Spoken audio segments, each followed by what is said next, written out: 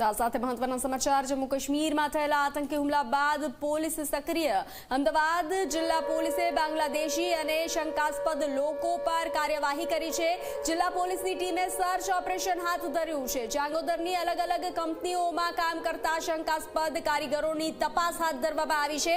તો પોલીસે અલગ અલગ વિસ્તારમાંથી 7 બાંગ્લાદેશીઓને ડિટેન કર્યા છે। ચાંગોદર ધોળકા અને અન્ય 500 જેટલા શંકાસ્પદ લોકોની તપાસ ચાલુ કરવામાં આવી છે। આ તમામના ઓળખ જે છે તે ઓળખ ઊભી કરવાનું અને ઓળખના વેરિફિકેશનની પ્રક્રિયા હાથ ધરવામાં આવેલી છે। આજ રોજ અત્યારે અહીંયા અંદાજિત 800થી વધુ જેટલા વ્યક્તિઓને એક સાથે એકઠા કરી અને તેમના વેરિફિકેશનની પ્રક્રિયા હાલ ચાલુમાં છે।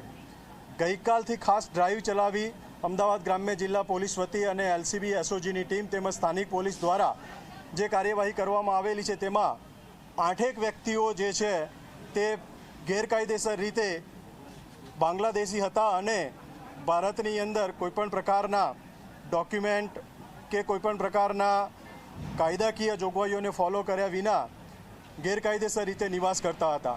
આવા 8 વ્યક્તિઓને હાલ ડિટેન કરી અને આગળની કાર્યવાહી હાથ ધરવામાં આવેલ છે।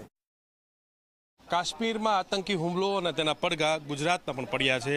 ત્યારે વાત કરીશું કે ગુજરાતની અંદર જે બાંગ્લાદેશીઓ વસવાટ કરે છે અથવા તો શંકાસ્પદ કારીગરો હોય છે કે આવા લોકો હોય છે તેને લઈને ગુજરાત પોલીસે અલગ અલગ કાર્યવાહી હાથ ધરી છે। ત્યારે વાત કરીશું અમદાવાદ જિલ્લા પોલીસની કે જ્યાં પણ 2 દિવસથી ડ્રાઈવ ચાલી રહી છે। આ 2 દિવસની ડ્રાઈવની અંદર જ તે તમે જોઈ શકો છો રવિવારના દિવસે ચાંગોદર પોલીસ દ્વારા અને આ સહિતની ઇન્ડસ્ટ્રીયલ એરિયા જેટલો પણ આવેલો છે અમદાવાદ જિલ્લા પોલીસ સ્ટેશન વિસ્તારોની અંદર, ત્યાંથી તમામ ઇન્ડસ્ટ્રીયલ વિસ્તારની અંદર શંકાસ્પદ જેટલા પણ કારીગરો હતા તેમની ઓળખ કરવા માટેથી, તેમની તપાસ કરવા માટેથી, તેમના દસ્તાવેજો જે છે તપાસવા માટેથી ચાંગોદર પોલીસ ખાતે અત્યારે આયોજન કરવામાં આવેલું હતું।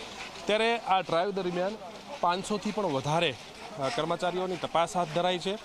આ ડ્રાઈવ દરમિયાન કુલ 7થી 8 જેટલા બાંગ્લાદેશીઓ જે છે તે અહીંયા વસવાટ કરી રહ્યા હતા, અહીંયા નોકરી કરી રહ્યા હતા એ પ્રકારની માહિતી મળતાની સાથે તેને ડિટેન કરવામાં આવ્યા છે।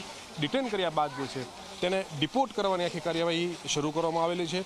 ત્યારે આમના દસ્તાવેજો શું છે, કેવા પ્રકારના છે તેને લઈને અત્યારે અમદાવાદ જિલ્લા પોલીસે તપાસ શરૂ કરી છે। કેમેરામેન એસપી સાથે ઉદયરંજન, ઝી મીડિયા, અમદાવાદ।